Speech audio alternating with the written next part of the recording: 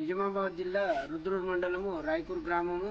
ఈ గ్రామంలో 4 నెలల నుంచి కూడా వీధి దీపాలు లేక ప్రజలు అష్ట కష్టాలు పడుతున్నారు. రాత్రిపూట పాములు గరిచి ఒక ఆమె హాస్పిటల్లో పడి బతికి బయటకు వచ్చింది. ఈ విషయమై గ్రామస్తులు తీవ్రమైన ఇబ్బందులు రాత్రిపూట ఎదుర్కొంటున్నారు. కాబట్టి ఈ విషయాన్ని సెక్రటరీ గారికి, స్పెషల్ ఆఫీసర్ గారికి ఎన్నోసార్లు వారి దృష్టికి తీసుకెళ్లడం జరిగింది. ఇప్పటికి కూడా ఈ సమస్యని పరిష్కరించలేకపోవడం వలన మేము నిరాహార దీక్ష పూనుకున్నాము.